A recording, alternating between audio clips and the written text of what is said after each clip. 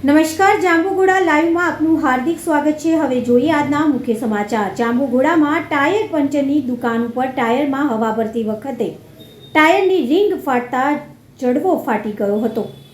જાંબુઘોડા ખાતે દેવગઢ બારિયાના શ્રમિકનું ટાયરમાં હવા ભરતી વખતે ગંભીર અકસ્માતમાં ગંભીર રીતે ઘાયલ થતા બોડેલી ખસેડવામાં આવ્યા હતા।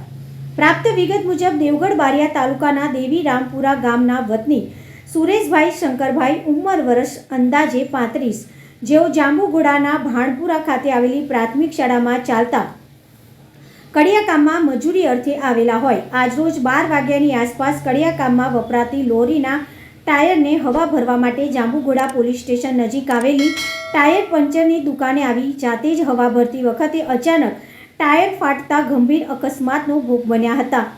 ટાયરની રિંગ ઉછળીને તેમના મોઢાના ભાગે વાગતા તેમને ગંભીર ઈજાઓ પહોંચી હતી।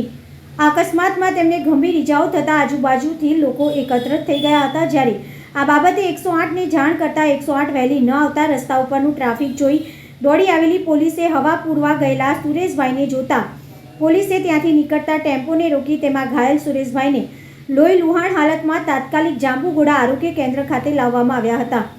જાંબુઘોડા આરોગ્ય કેન્દ્રના તબીબો દ્વારા તેમને પ્રાથમિક સારવાર આપવામાં આવી હતી। જો કે ઈજાની ગંભીરતા જોતા તેમને વધુ સારવાર માટે બોડેલીની હોસ્પિટલમાં ખસેડવામાં આવ્યા હતા।